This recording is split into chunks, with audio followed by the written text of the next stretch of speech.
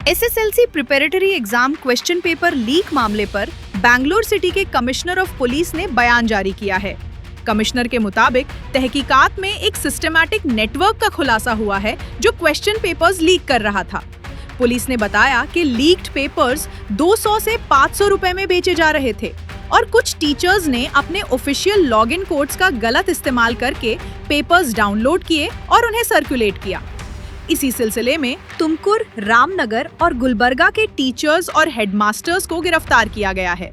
मुल्जिमान के mobile phone जब्त कर लिए गए हैं और इंस्टाग्राम और टेलीग्राम ग्रुप्स की गहरी जांच जारी है।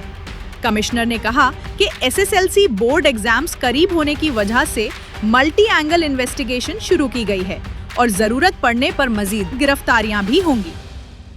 ಇದು ಆಲ್ರೆಡಿ ಕೇಸ್ ರಿಜಿಸ್ಟರ್ ಆಗಿ ನಮ್ಮವರು ಕೆಲವು ಮಾಹಿತಿದ ಆಧಾರ ಮೇಲೆ ಕೆಲವು ಅರೆಸ್ಟ್ ಮಾಡಿದ್ದಾರೆ.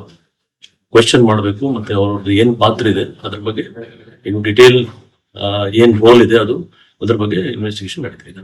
ಸರ್, ಅಂದ್ರೆ ಇವರು ರಾಜ್ಯಾದ್ಯಂತ ಇದ್ದಾರೆ ಸರ್, ಲೈಕ್ ಟೀಚರ್ಸ್ ತುಮಕೂರು ಇದ್ದಾರೆ, ಕಲಬುರ್ಗಿ ಇದ್ದಾರೆ. So what they are roles? ಅಲ್ಲ, ಅದೇ ಹೇಳಿದ್ರಲ್ಲ, ಈ ಜಸ್ಟ್ ಕೆಲವ್ರು ಮಾಹಿತಿ ಆಧಾರ ಮೇಲೆ ಈ ಸದ್ಯಕ್ಕೆ ಕೆಲವ್ರು ನಾವು ಪಿಕಪ್ ಮಾಡಿದ್ದೀವಿ.